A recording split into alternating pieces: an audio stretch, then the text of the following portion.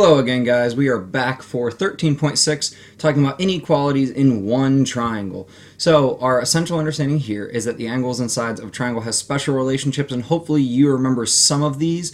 We are now going to apply these relationships to make inequalities and be able to make proofs based off of that.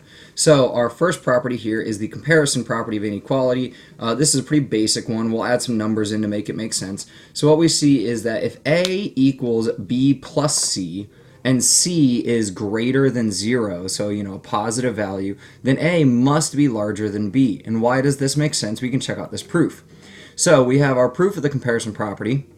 So our given information here is that C is greater than 0, and we have this A being equal to the sum of B plus. So we can look at the proof right now here, or I kind of gave you an example. If we say that A is some kind of value, like maybe 5, and we know it's the sum of two other values, and that they both must be positive. Now, we're not told that B has to be positive, but we can kind of figure that out by knowing if C is positive and my original A value is positive, then A ends up being a positive value larger than B. You can also look through the proof down here. We can actually start with the given fact that C is greater than 0 and then add B to both sides so that we get this sum of B plus C. That then shows me that B plus C has to be larger than B, which makes sense because C is a number with positive value. So then, since A equals B plus C, A has to be greater than B. So now, if you remember our exterior angle theorem about triangles, this will help you with this corollary right here. So our triangle exterior angle theorem was that the exterior angle is equal to the sum of the remote interiors. So our corollary to that is angle 1 must be greater than angle 2, and angle 1 must be greater than angle 3, because if it's equal to the sum of both of them, it must be greater than both of them individually.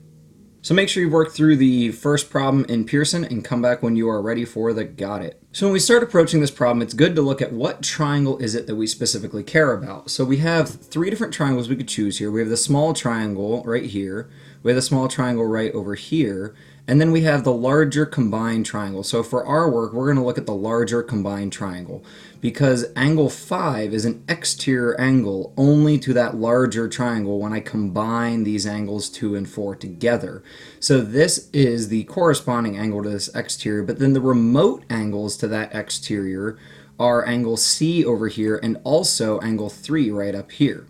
So we can write out our triangle exterior angle theorem, and by that know that angle 5 is equal to the sum of angle 3 and angle C, or we can just use the corollary of that theorem and say that angle 5 must be larger than angle C. Also, we could say that angle 5 must be greater than angle 3.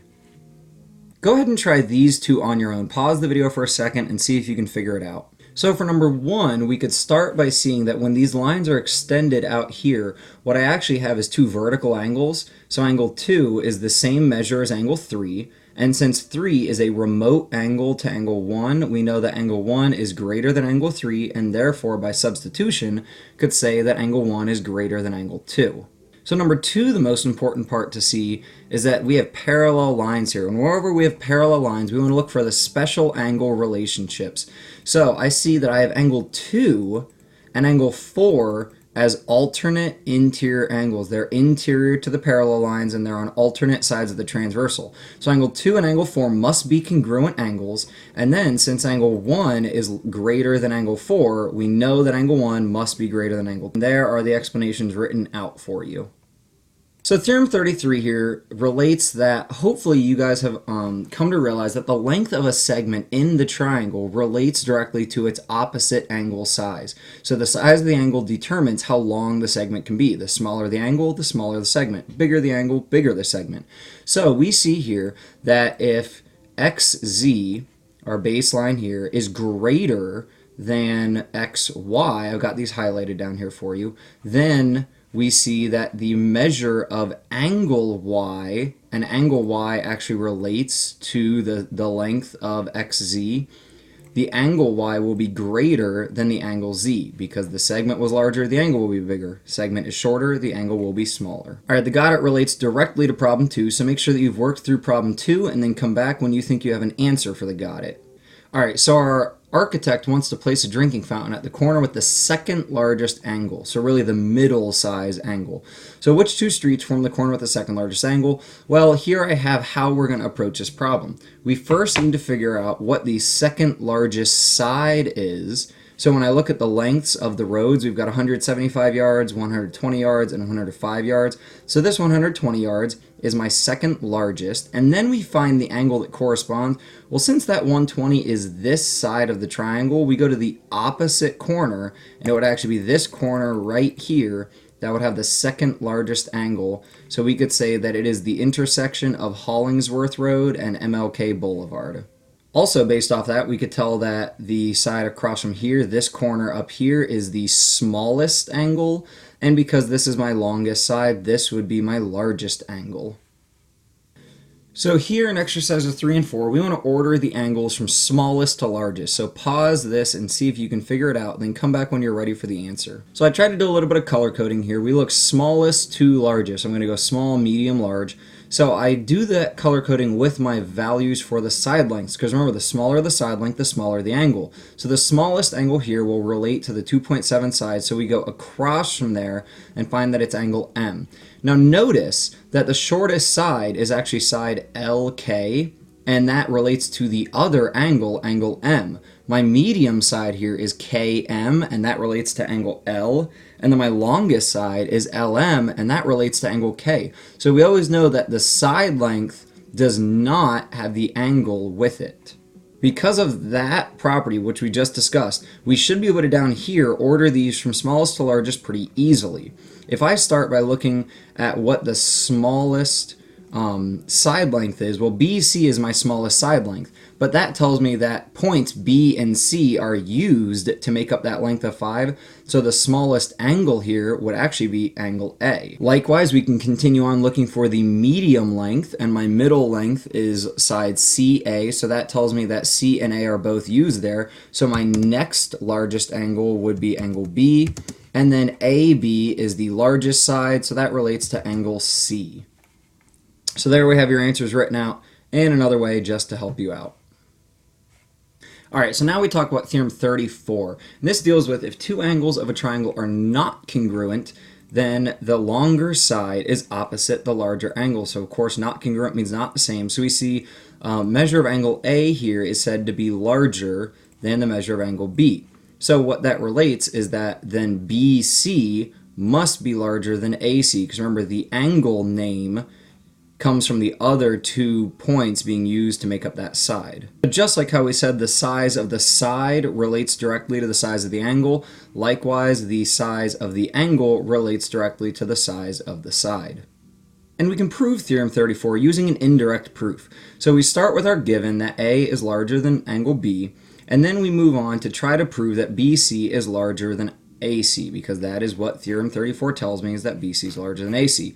So again, because we're using an indirect proof here, we want to start by contradicting. So we assume temporarily that BC is not greater than AC to contradict our proof statement, and that then would assume temporarily that BC is either less than AC or equal to AC. Now if BC is less than AC, then angle A would be less than angle B, and this contradicts part of our given. Therefore, the proof falls apart, and we know that BC must be less than, or BC being less than AC must be false, and therefore we need to try the equals. If BC is equal to AC, then their angles are equal, and this also contradicts our given statement. So we know that both of these other options must be false, and since we've contradicted both of those, then we know that BC must be greater than AC.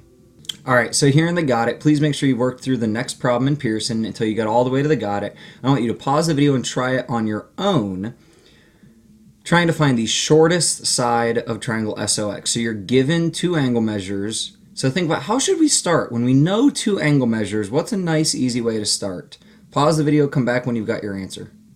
So when we start a problem and we're given 2 of the angles, why not start by finding the third angle? Because we know, based on our triangle angle sum theorem, that all the angles will add up to 180. Well, I have my 24 and my 130, so I can set up my equation based off the triangle angle sum theorem. Then I can add my like terms together. I can get rid of the 154 from both sides and find out that x is in fact equal to 26. So now I have all three of my angles, and I can relate that angle S is in fact the smallest angle for my shape. Because angle S is the smallest angle for the shape, we then know that that means that the side opposite S must be the smallest side, and therefore that opposite side is OX, or the 2 points not used in naming this angle. So we know our answer is OX. And there's your answer written out in another way. We could also relate that the next largest side would be opposite angle X, so it would be SO, and the next largest side, the biggest side, would actually be SX. So we could say SX is larger than OS is larger than OX. Alright, pause your video and try number 5 and 6 on your own. We want to order the side lengths from shortest to longest. The first thing that we start with on number 5 is by solving our third angle. Now, because I see that this is a right triangle, I know that one of my angles is 90, so my other two angles must sum to 90, so that means that angle T must be 60.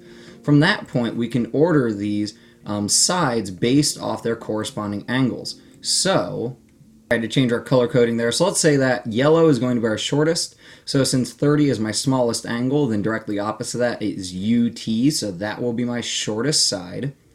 Then if I look at my next angle being 60, I know that directly across from 60 is UV. And then my next angle being the 90, directly across from that is TV.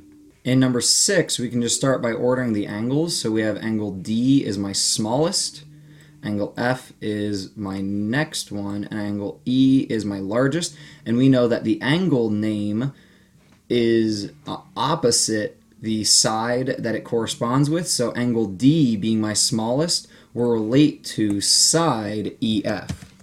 Angle E, being my largest, will relate to side DF, and angle F, being my middle, will relate to side ED. So there we have them in order for 5 and 6. And 5 was TU, UV, and TV, and 6 was EF, DE, and DF. Hopefully you remember from Math 8 that we cannot just use any 3 lines to form a triangle. There are specific rules involving the lengths of triangles to make sure that they can actually meet up and form. What we see here is a 3-sided figure that is not a triangle because these two sides are too short to meet with each other. One of these sides would have to be longer, and the angle would have to change in order for them to meet. This is where our triangle inequality theorem comes in. So what it says is that the sum of the lengths of any two sides of a triangle is greater than the length of the third. So any two of the sides that we choose, when added up, will be larger than the third side. And they cannot be equal, because if they were equal, our shape would just go flat into a line. Please make sure that you've worked through the next problem in Pearson and come back when you're ready for the got it. So in order to perform one of these checks to see if a triangle can be formed, we have to check all 3 inequalities that must be true. So let's go through this. I'm going to highlight with green, assuming that it does work. So choose any two of the sides, and they have to be greater than the third. So is 6 plus 9 greater than 2? That does work out. That's good. Is 9 plus 2 greater than 6? That does work out. So we know that that's good. But when we look at our third one here, is 2 plus 6 greater than 9? That is not true, so therefore this cannot make a triangle. If you have yet to try number B, try that one now. So before we even talk through B, I want to point something out. When I'm checking these inequalities that we have to make, notice my 4 gets used twice.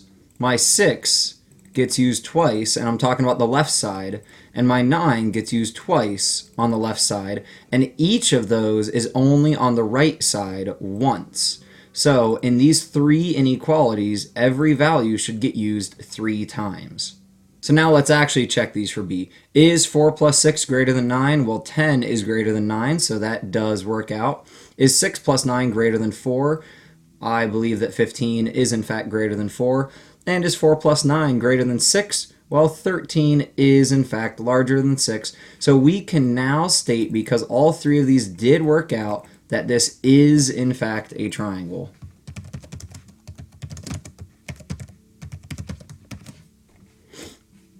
So there we go. There's your answer written out in another way.